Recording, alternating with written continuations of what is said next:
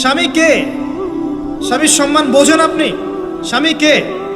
যার ব্যাপারে নবী সাল্লাল্লাহু আলাইহি ওয়াসাল্লাম বলেছেন, আমি যদি আল্লাহ ছাড়া অন্য কাউকে সেজদা করতে বলতাম, তাহলে মেয়েদেরকে বলতাম তারা যেন স্বামীদেরকে সেজদা করে। আপনাকে আমি কিভাবে বুঝাবো স্বামী কে, স্বামীর মর্যাদা কোথায়? এগুলো কি ইসলাম মেয়েদেরকে ডমিনেট করছে এগুলো দিয়ে? কেন? এই স্বামী আপনার জন্য সারাটা জীবন ক্ষয় করে ফেলে। একটা চোর পর্যন্ত, একটা চোর, একটা করাপ্টেড মানুষ, দুর্নীতিগ্রস্ত মানুষ, সে চুরি করে দুর্নীতি করে এনে বাচ্চাকে খাওয়ায়। একটা ধর্ষক পর্যন্ত ওর মেয়েকে আদর করে।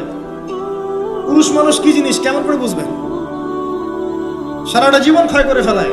যদি আপনি তার আনুগত্য করেন, তার সামনে সুন্দর মতো থাকেন, তার কথার সাথে তর্ক না করেন, ভালোবাসা দিয়ে থাকেন, আপনার জন্য সে জীবন দিতে প্রস্তুত থাকবে।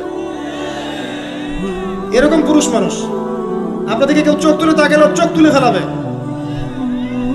এরকম পুরুষ মানুষ। আর এখন তো পরিস্থিতি ডিফারেন্ট। বাসায় পুরুষ বাইরের ছেলের সাথে ফোনে প্রেম হয়ে গেছে, পালায় চলে গেছে, বিয়ে করে ফেলছে। দেখবেন বাসায় স্ত্রী আছে, বাইরের মেয়ের সাথে প্রেম করে বিয়ে করা শেষ। বিয়ে করলে সমস্যা নাই, ব্যভিচার করে ফেলছে। বিয়ে সে করতেই পারে, সে যদি সমতা রক্ষা করতে পারে, সেটা তার ডিফারেন্ট ইস্যু, এটা অন্য ইস্যু। তো স্বামীর আনুগত্য আপনাকে কিভাবে বুঝাবো? এটা দাসত্ব নয়। নবী সাল্লাল্লাহু আলাইহি ওয়াসাল্লাম বলেছেন, কোনো স্বামী যদি কোনো স্ত্রীকে চায়, তার প্রয়োজনের জন্য চায়, মহব্বতের জন্য, স্ত্রী যদি চুলায় রান্না করতে থাকে, ওই রান্না ফেলে দিয়ে তাকে আসতে হবে।